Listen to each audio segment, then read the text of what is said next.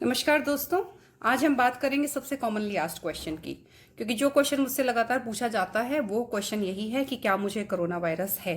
मेरा गला खराब है तो क्या मुझे कोरोना वायरस है।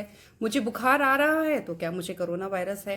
देखिए, अगर आप अपने घर में हैं, आप बाहर ज़्यादा एक्सपोजर नहीं हो रहा है तो बहुत ही कम चांसेस हैं, और आपके घर में कोई पॉजिटिव पेशेंट नहीं है तो बहुत ही कम चांसेस हैं कि आपको कोरोना वायरस है।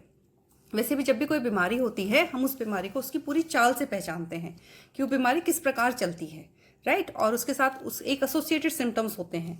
ऐसा नहीं है कि सिर्फ एक गला खराब हो गया और मैं जंप करके कहूँगी हाँ आपको कोरोना वायरस है, ठीक है, और आप फटाफट अपना टेस्ट करा लीजिए। ऐसा नहीं होगा, ठीक है। तो अब क्या क्या बीमारियां हैं, जैसे कोरोना वायरस में कॉमनली पाया गया है कि 85% लोगों को फीवर है, मतलब बुखार होता है। इसमें अगर मैं इसको डे वाइज अगर हम चलें तो पहले फर्स्ट सेकंड और थर्ड डे, मतलब शुरू के 3 दिन में आपको हल्का मतलब ऐसे महसूस होगा कि जैसे कि शरीर में हरारत है, हो सकता है थोड़ा बहुत बॉडी पेन हो रहा हो, बैक एक हो रही है ना। ये छोटे छोटे सिम्टम्स आ सकते हैं आपको। इसके अलावा आपको हो सकता है थोड़ा बहुत गले में खारिश भी हो रही हो। अब जब बीमारी है, जैसे वायरस एंटर किया है आपकी बॉडी में, आपको वायरीमिया हो रही है, तो ये जो वायरस है ये आपके सेल्स को ओवरटेक करता है और फिर वहीं जाके मल्टीप्लाई करना शुरू कर देता है। पहले तो ये अपनी पूरी फौज बनाता है और आपकी बॉडी में ओवरटेक धीरे धीरे सेल्स को ओवरटेक करता है। तो इसलिए जैसे जैसे ये ना बॉडी को ओवरटेक करता जाता है, वैसे वैसे आपकी परेशानियां बढ़ती जाती हैं।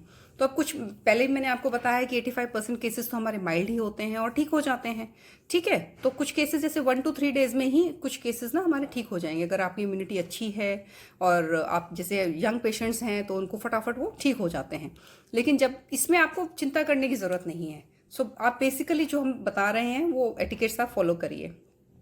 उसमें आपको क्या फॉलो करना है, जैसे वही मास्क लगाना है, अपने आप को आइसोलेट कर लेना है। आप कहेंगे यार मुझे तो कोरोना वायरस नहीं है, आपको नहीं है, मान रहे हैं नहीं है, और अगर 0.1% है भी तो हम नहीं चाहते कि आप उसको फैलाएं। बेटर इस टाइम में आप सब लोग रेस्पिरेटरी एटिकेट्स फॉलो करें। ये तो हो गए माइल्ड सिम्टम्स पहले से तीसरे दिन। तो ये बीमारी जो है ये पूरे 2 से 3 हफ्ते जाती है। तीन दिन के बाद अगर आप या तो आप ठीक हो जाएंगे, अगर आप ठीक नहीं होंगे तो आपकी परेशानियां बढ़ जाएंगी। जैसे बुखार होगा वो बढ़ जाएगा, जो गले का दर्द है, खांसी है, वो बढ़ जाएगी, जोड़ों का दर्द, बदन का दर्द ये बढ़ जाएगा, और 7वें 8वें दिन तक आते आते आपको सांस लेने में भी दिक्कत होनी शुरू हो जाएगी। तो ऐसा नहीं होगा कि आप रात को सोए हैं और सुबह अगर आप उठे और आपके गले में दर्द है तो आप परेशान होना शुरू हो जाएं। प्लीज़ परेशान ना हो। शुरू के 2 3 दिन आप अपनी जो नॉर्मल एहतियात है वो बरतें। जैसे गला खराब है, गर्म पानी के गरारे कर लें। बुखार आ रहा है, वायरीमिया लग रही है तो आप पैरासीटामोल ले लें।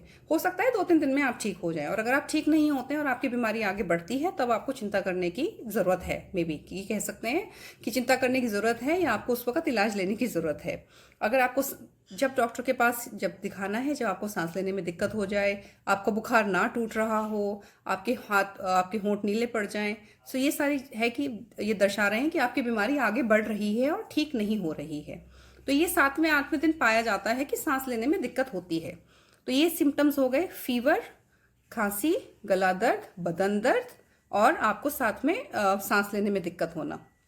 तो जब आप इस कैटेगरी में पहुंच जाएं तब हम सोचेंगे कि हाँ कि कोरोना वायरस का इसमें टेस्ट करना है, ठीक है, और पेशेंट को हो सकता है कोरोना वायरस हो। ये है माइल्ड कैटेगरी के सिम्टम्स के बारे में।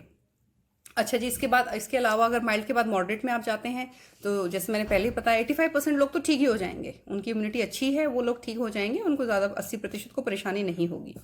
अब जो आगे वाले 15% पेशेंट को क्या होगा, मॉडरेट में जाएंगे, उनको निमोनिया होगा, लेकिन दूसरे हफ्ते में उनकी रिकवरी हो जाएगी और 14 15 16 दिन में वो ठीक होकर वो भी घर जाएंगे।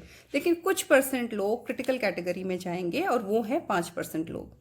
और वो जो 5% लोग हैं उन लोगों को बेसिकली कुछ ना कुछ परेशानी होती है ज़्यादातर, मतलब यंग पॉपुलेशन जनरली सुरक्षित है।